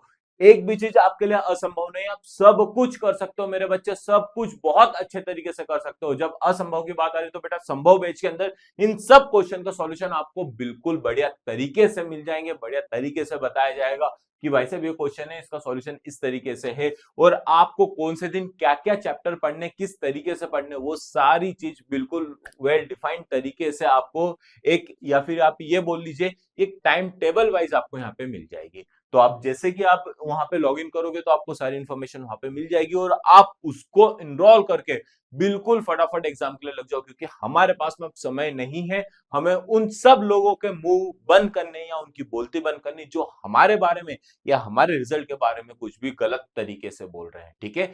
और हमें चलो उनका मुंह बंद करना तो दूसरी बात है, हमें अपने आप को प्रूव करना है कि यार हम तो इससे तो अच्छा हम लोग करके रहेंगे, और जब हमें मौका मिला है तो हम 100% इससे अच्छा ही करेंगे। चलिए बेटा आगे की तरफ बढ़ते, अगर आगे हम लोग यहाँ पे देखें तो आगे हमारे पास में यही अवकल समीकरण है जिसको सॉल्व करने के लिए हम लोगों को यहाँ पे दिया हुआ है, ठीक है। और आप ये विशिष्ट हल जो मैं अभी आपको पर्टिकुलर सॉल्यूशन के बारे में बातचीत कर रहा था, तो वो ये सारी चीजें कि आप सॉल्व कर लोगे, फिर उसके अंदर y और x की वैल्यू रख दोगे तो आपको c का मान मिलेगा, और c का मान जो हम लोगों ने एक जनरल सॉल्यूशन बनाया था ना उसमें c का मान रख दोगे तो आपका क्या हो जाएगा बेटा, वो पर्टिकुलर सॉल्यूशन हो जाएगा, मतलब हमारे पास में क्या हो जाएगा, विशिष्ट हल हो जाएगा। अब हमें यहाँ पे डिग्री और ऑर्डर के बारे में भी आपको देखते चलना, हालांकि आप तो ये अच्छे तरीके से जानते ही हो, पर लेकिन एक बार इस पे निगाह मार लोगे तो आपके 1-2 नंबर कहीं नहीं जाने वाले, ठीक है। चलो बेटा आगे की तरफ चलते, अगर आगे हम लोग यहाँ पे देखें तो अब बात आती है बेटा सदिश बीजगणित की, ठीक है, वेक्टर अलजेब्रा की। अब वेक्टर अलजेब्रा और 3 डायमेंशन ज्योमेट्री यानी त्रिविमीय ज्यामिति दोनों हमारे लिए एक परिवार के सदस्य है, दोनों हमारे लिए भाई बहन है। अगर आपने इस चैप्टर को अच्छे तरीके से देख लिया तो वाले चैप्टर में भी दिक्कत नहीं आएगी, दोनों सिमिलर है बिल्कुल, इसमें भी कैप चल रही है तो उसके अंदर भी कैप चल रही है, इसमें एरो चल रहा है तो उसमें भी एरो चल रहा है, ये सारी चीज आपको देखने को वहां पे मिलेगी। तो सदिश ए का बी पे प्रक्षेप ज्ञात कीजिए, मतलब प्रोजेक्शन हमें ज्ञात करना है ए ऑन बी का, ठीक है। अगर हमने प्रोजेक्शन फाइंड आउट कर लिया तो हमारे पास में यहाँ पे इसका सॉल्यूशन निकल के आ जाएगा, ठीक है। यदि ए का बी पे प्रक्षेप ज्ञात कीजिए, बेटा ये बेसिकली एक तो फॉर्मूला है, ठीक है। और अगर आपको ए की वैल्यू दे दी, बी की वैल्यू दे दी और फिर आपसे यहां से पूछा गया, ठीक है, तो आपको यहाँ पे सॉल्व करके बताना, और ये बेसिकली हमारे पास में क्या है बेटा, फॉर्मूला ही है एक तरीके से, बात समझ में आई है। तो ये फॉर्मूला भी ऐसे भी पूछा जा सकता है आपसे 1 नंबर के अंदर।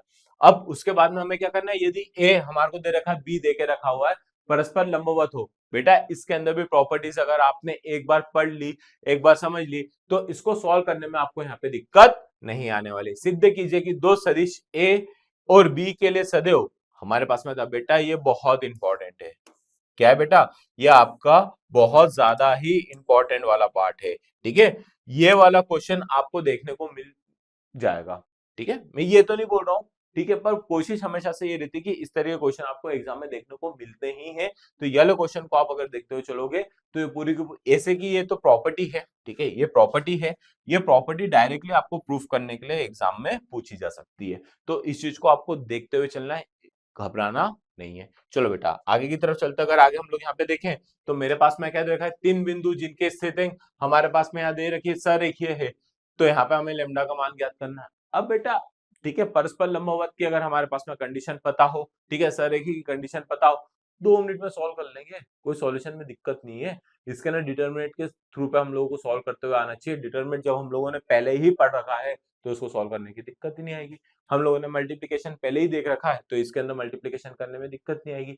हालांकि जो चीज हम लोगों ने वहां पढ़ी है वही सारी चीजों का इस्तेमाल यही होगा, पर लेकिन वेक्टर के फॉर्म में होगा और कुछ नहीं होना है, ठीक है, और कोई दिक्कत वाली बात नहीं है, सेम एज इट इज रहेगा, ठीक है। सदिश ए इक्वल टू हमें यहाँ पे देके रखा, बी इक्वल टू देके रखा है, योग की दिशा में मात्रक सदिश ज्ञात कीजिए। क्या करना है बेटा, यहाँ पे मात्रक सदिश हमारे को ज्ञात करना है, यानी यूनिट वेक्टर हमें क्या करना है यहाँ पे फाइंड आउट करना है। चलो बेटा आगे की तरफ चलते हैं, सदिश हम लोगों को देके रखा है दो, उन दोनों के बीच का कोण ज्ञात करना है, ठीक है, कोण ज्ञात करना है, यानी cos थीटा की हमसे यहाँ पे बातचीत की जा रही है, यानी थीटा की हमसे डायरेक्टली बातचीत की जा रही है, cos थीटा से लेते चलते, हालांकि sin थीटा का भी फॉर्मूला है, पर लेकिन मैं आपको यहाँ पे बता रहा हूँ कि cos थीटा से याद कर लो, आपका काम बन जाएगा, उसके अलावा आपको ज्यादा सोचने की जरूरत नहीं है। यदि ABC इक्वल टू 0 है तो सिद्ध कीजिए, ये भी प्रॉपर्टी है, प्रॉपर्टी डायरेक्ट प्रूफ करने के लिए आती है, तो इन प्रॉपर्टी को आपको देखते हुए चलना है। और बेटा क्यों दिक्कत लेते हो, मैं आपसे फॉर्मूला इन सब चीजों की बात कर रही हूँ, बार बार बोल रहा हूँ, बार बार बोल रहा हूँ, आपके मन में अगर एक डाउट भी आ रहा हो कि सर सारे फॉर्मूले हमें कहाँ पे मिलेंगे एक ही जगह पे,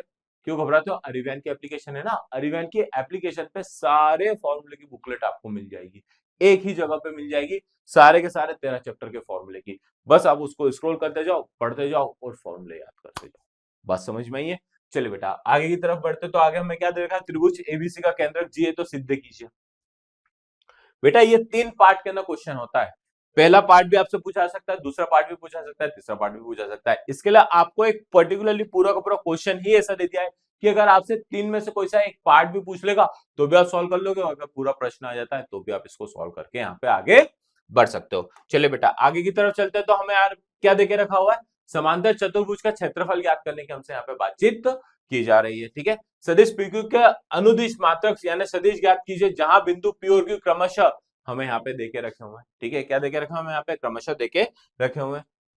PQ का अनुदिश मात्रक ज्ञात करना है। ठीक है, क्या ज्ञात करना, हमारे को यूनिट वेक्टर ज्ञात करना है। ठीक है, कई बार ऐसा होता है कि हिंदी के टर्म्स अगर आपको डायरेक्टली समझ में ना आए तो आप एक बार इंग्लिश में भी रीड करके देख सकते हो, क्योंकि हमें थोड़ी सी टर्म तो अच्छे से जानते ही है, तो भी आपको दिक्कत नहीं आने वाली। चले बेटा आगे की तरफ चलता है। अगर आगे हमें यहाँ पे देके रखा क्या बेटा, त्रिविमीय ज्योमेट्री मैथ्स का सेकेंड लास्ट चैप्टर, हालांकि थर्ड लास्ट है पर लेकिन हम इसको सेकंड लास्ट ही में बोलूंगा। क्यों, क्योंकि इसके बाद वाला जो चैप्टर है ना बेटा, बहुत ही प्यारा, बहुत ही शानदार है। आप एक घंटे में उसको पूरा का पूरा सीख सकते हो। ठीक है, बड़े बोल तो नहीं बोल रहा हूं, पर एक घंटे में आप उसको पूरा का पूरा सीख सकते हो। तो इसके लिए मैं इसको सेकंड लास्ट ही बोलूंगा। वो एक छोटा सा पार्ट है, अगर उसको समझ जाओगे तो उसके अंदर दिक्कत ही खत्म हो जाएगी। चलो इसके अंदर भी हमें क्या करना है, यदि एक रेखा XYZ अक्ष के क्रमशः 90, 60 और 30 डिग्री का कोण बनाते हो, इसके दिक कोसाइन ज्ञात कीजिए। ठीक है, if a line makes an angle 90 degree, 60 degree and 30 degree with x, y and z axis respectively, find direction cosine. मुझे क्या फाइंड आउट करना है बेटा, यहाँ पे डायरेक्शन कोसाइन फाइंड आउट करना है। ठीक है, direction ratio, direction cosine. Vector के अंदर भी हमें उस चीज की आवश्यकता पड़ती है, यहाँ पे आवश्यकता पड़ेगी। मतलब दोनों चीज हमारे पास में क्या चल रही है बेटा, समान और एक जैसी चल रही है। इसलिए मैं आपको यूनिट वाइज बताते हुए चल रहा हूँ कि बेटा ये दोनों भाई बहन है, इन दोनों को एक साथ उठाओ, दोनों चैप्टर एक साथ खत्म कर लो। भाई साहब डिटरमिनेंट मैट्रिक्स भाई बहन है, एक साथ उठाओ, एक साथ खत्म कर लो। ठीक है, फिर उसके बाद में बीच का जो 5-7 चैप्टर का जो बंच है, एक साथ उठाओ, एक साथ उसको खत्म कर लो। बात समझ में आ रही है? अगर ऐसे उठाओगे तो आपको दिक्कत नहीं आएगी। कि आपने बोला कि चलो यार अभी वेक्टर पढ़ लेता हूं, वेक्टर पढ़ लिया, उसके बाद आप डिटरमिनेंट पे चले गए, डिटरमिनेंट सॉल्व करा, फिर 3D पे आए, तो भाई साहब वेक्टर के जो फॉर्मूले हैं 3D में रिपीट होंगे तो आपके फॉर्मूले याद तो अच्छे तरीके से हो जाएंगे ना, इसलिए उसको इस तरीके से पढ़ना है। चलो नेक्स्ट क्वेश्चन मुझे यहाँ पे क्या देके रखा हुआ है, एक सरल रेखा का कार्तीय समीकरण x + 3/2 = y - 5/4 z - 6/2 है, तो इसका सदिश समीकरण ज्ञात करना है। ठीक है बेटा, इंपॉर्टेंट है सदिश समीकरण ज्ञात करना, तो ये चीज को आपको यहाँ पे ध्यान रखना। वेक्टर इक्वेशन के अंदर 2-3 नंबर के ना आपसे यहाँ पे पूछी जरूर जा सकती है। चलिए रेखा युग्म हमें यहाँ पे दे रखा है, का कोण ज्ञात कीजिए। बेटा एंगल निकालना है, जो अभी हमने आपको वेक्टर के अंदर बताया था, बस वही वेक्टर के अंदर एंगल की बातचीत की जा रही है, तो यहाँ पे भी वही एंगल की बातचीत की जा रही है। फॉर्मूला भी एक जैसा है, तो क्यों घबराना है। ठीक है, रेखाओं के बीच की न्यूनतम दूरी, बेटा इस चैप्टर का बहुत ही ज्यादा इंपॉर्टेंट यानी IMP, इसको मोस्ट मोस्ट मोस्ट मोस्ट जितने मोस्ट आप लगा सकते हो उतने मोस्ट लगा लो, मैं गारंटी बोल रहा हूं उतने मोस्ट लगा लो। ये टाइप का क्वेश्चन आपको एग्जाम में देखने को मिलेगा ही मिलेगा। ठीक है, क्या न्यूनतम दूरी ज्ञात करने की बातचीत की जाए तो न्यूनतम दूरी के ऊपर बातचीत आपसे की ही जाएगी, तो इसके ऊपर बेस्ड आपको क्वेश्चन देखना जरूर है, इसको सॉल्व करते हुए जरूर जाना है। आपको 3 से 4 नंबर का प्रश्न देखने को मिल जाएगा, और इसके अंदर भी कोई खास पैटर्न नहीं है, एक फॉर्मूला है छोटा सा, उस फॉर्मूले को अगर आपने समझ लिया, सॉल्व करने का तरीका देख लिया, तो ये पूरा का पूरा सॉल्व होता है। और उस सॉल्यूशन के अंदर की अगर मैं बातचीत कर लूं तो उसमें भी डिटरमिनेंट आ रहा है, जो चीज हमने वहां पढ़ रखी ना बेटा, वो चीज आपको यहाँ फायदा भी देगी। चले बेटा आगे की तरफ बढ़ते, अगर आगे हम लोग यहाँ पे देख ले तो रेखाओं के सदिश समीकरण याद कीजिए। समीकरण की बातचीत यहाँ पे की जा रही है। रेखाओं घन विकर्ण के साथ अल्फा बीटा डेल्टा गामा का कोण बनाते, तो सिद्ध कीजिए। बेटा ये सिद्ध करने वाला जो है 4/3, ये भी हमारे पास में क्या है बेटा, यहाँ पे प्रॉपर्टी है, इस प्रॉपर्टी को भी आप देखते हुए जरूर जाना है। ठीक है, चलो बेटा आगे की तरफ बढ़ते, अगर आगे हम लोग देख लेते हैं, XYZ अक्षों के दिक कोसाइन ज्ञात कीजिए। Most most most most most IMP बोलेगे सर क्यों? बेटा 1 नंबर में पूछ लेगा, 2 नंबर में पूछ लेगा, 3 में पूछ लेगा, 4 में पूछ लेगा, चारों में कहीं से भी पूछ सकता है। अगर आपको एक अक्षर के अंदर डायरेक्टली हमारे पास में डायरेक्शन कोसाइन डायरेक्ट आंसर में पूछा तो 1 नंबर में पूछ लेगा, 2 नंबर में एक्स एक्सिस के थ्रू पे हमसे बातचीत कर रहे हैं, एक अक्ष के बारे में बातचीत कर रहा है तो पूछ लेगा, 2 नंबर के अंदर एक्स और वाई अक्ष के बारे में बातचीत कर रहा है, 3 नंबर में एक्स वाई जेड अक्ष तीनों के बारे में यहाँ पे बातचीत की जा सकती है। ठीक है, बिंदु जिसकी सदिश हमारे पास में देगा, गुजरने वाली सदिश के दिशा में जाने वाली रेखा के सदिश रूप में समीकरण ज्ञात करो। बेटा हमारे पास में वेक्टर इक्वेशन निकालने का तरीका जो है वो हमसे बार बार एग्जाम में पूछा जाता है, तो उस चीज के ऊपर आपको यहाँ पे ध्यान देना जरूरी है। चलिए बेटा आगे की तरफ चलते हैं, और जो मैं आपसे बोल रहा था 1 घंटे के अंदर जो आप सीख सकते हो वो ये चैप्टर है रेखीय प्रोग्रामन। ठीक है, इस रेखीय प्रोग्रामन के अंदर आपने क्लास 9 10 के अच्छे तरीके से पढ़ रखा, उनका बस यहाँ पे आपको सॉल्व करते हुए देखते हुए चलना है कि हमें यहाँ पे भाई साहब ये जो कांस्टेंट दे रखे हुए, ठीक है, हमारे पास में व्यवरोध दे रखे हैं, उन व्यवरोधों के थ्रू पे हमें यहाँ पे ग्राफ बनाना है। ग्राफ बनाने के बाद में हमारे पास में यहाँ पे कुछ पॉइंट निकल के आते हैं, 1 पॉइंट 2 पॉइंट 3 पॉइंट, ठीक है, ये 3 पॉइंट कुछ निकल के, एक एग्जांपल में समझा रहा हूं, इन तीनों पॉइंट की वैल्यू हम लोगों को यहाँ पे पुट अप करनी और आंसर निकालना है। सपोज करो कई बार आपके साथ में ये और फिर आप ये, तो हमारे पास में ये 3 पॉइंट निकल के आ गए, वो तो कंडीशन के हिसाब से चलता है। तो इन 3 पॉइंट की वैल्यू जो भी रहेगी इसके ना पुट अप करो और आंसर निकाल लो। इस तरीके से हमें यहाँ पे देखते हुए चलना और कुछ नहीं करना है। ये सारी चीजें आपने पढ़ रखी, बस एक बार इसका सॉल्यूशन आप देख लोगे ना मेरे बच्चे, तो आप कभी नहीं भूलोगे। चलिए बेटा आगे की तरफ चलते, अगर आगे हम लोग यहाँ पे देखें तो ये इस तरीके से प्रॉपर हमारे पास में लिखे हुए, इस तरीके से भी एग्जाम में देखने को मिल सकता है और इस तरीके से भी देखने को मिल सकता है। इसलिए मैंने दोनों तरीके से आपको बताया है कि एग्जाम में आपको ऐसा सीधा सीधा अच्छे तरीके से साफ सुथरा तरीके से देखने को मिल सकता है, या फिर आपको घुसा पूछा एक जैसा मतलब एक स्ट्रेट लाइन में देखने को मिल सकता है। तो आपको कुछ नहीं करना है, एक एक इक्वेशन को उठा के इस तरीके से भी आप लिख लोगे तो भी आपको समझ में आ जाएगा। ठीक है बेटा, असमीकाएं 3x+2y less than equal to 6 का आलेख बनाइए। बेटा ये आलेख बनाना है, ये एक नंबर में आपसे यहाँ पे पूछने की गुंजाइश बन सकती है। ठीक है, आपको आरेख बनाना, और अगर आपने इसके अंदर आरेख बनाना सीख गए तो इसका तो बच्चों वाला खेल है, बिल्कुल एकदम छुटकियों वाला खेल है, बिल्कुल एकदम छोटू सा। चलो बेटा आगे की तरफ बढ़ते हैं। अब आते हैं हमारे सबसे आखिरी चैप्टर यानी गणित के सबसे आखिरी लास्ट चैप्टर, जिसको बोला जाता है प्रायिकता यानी प्रोबेबिलिटी। और अगर मैं इसकी बात कर लूं बेटा, तो आप दिन भर में कितनी बार प्रोबेबिलिटी लगा लेते हो जिसकी कोई लिमिट नहीं है।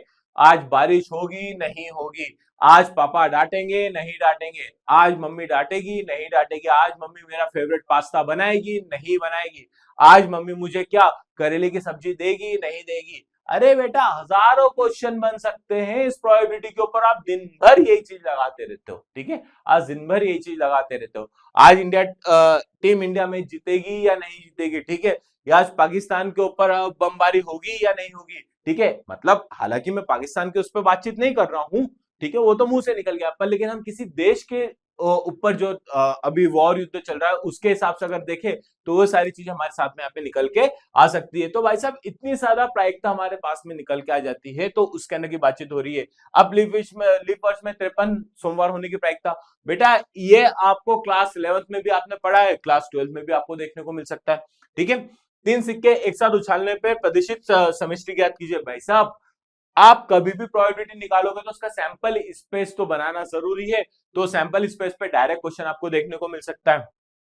हमारे पास में एक क्वेश्चन है, ई और एफ इस प्रकार है, PE = 0.6, PF = 0.3, PE intersection F = 0.2, PE/F और PF/E मुझे क्या करना है यहाँ पे फाइंड आउट करना है। ठीक है बेटा, इंडिपेंडेंट और डिपेंडेंट इवेंट्स के बारे में यहाँ पे बातचीत की जा रही, 2 घटनाएं इस प्रकार है। हालांकि उन्होंने ऐसा कुछ बोला नहीं है, तो हम वो सारे फॉर्मूले इन सब चीजों के बारे में देखते हुए चलेंगे, बस इसके अलावा और कुछ हम लोगों को यहाँ पे ध्यान नहीं देना है। तो ये देख लो, आपको सीधे सीधे A intersection B, PA/B, PB/A के बारे में हमसे यहाँ पे बातचीत की जा रही है। ठीक है, एक थैले में 3 लाल गेंदे 5 काली गेंदे हैं, ठीक है, दूसरे थैले में 6 लाल 4 काली गेंदे, प्रत्येक थैले में से एक गेंद निकाली जाती है। बायस थ्योरम याद आ रही है?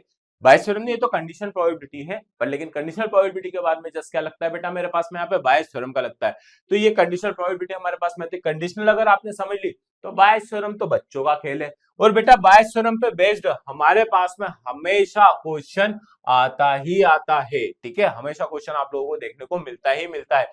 एक जोड़ी पासे पे कहते हैं, दूसरे पासे सदैव अभाज्य संख्या दिखाता है, तो योग के रूप में 7, क्या बोल रहा है बेटा, योग के रूप में क्या हो रहा है बेटा, योग के रूप में आपको यहाँ पे 7 के बारे में बातचीत की जा रही, प्राप्त होने की प्रायिकता ज्ञात कीजिए। ठीक है, ये वादी बातचीत हो रही। एक दंपति के 2 बच्चे, दोनों लड़के होने की प्रायिकता ज्ञात कीजिए, ये ज्ञात है कि उनमें से एक लड़का हो।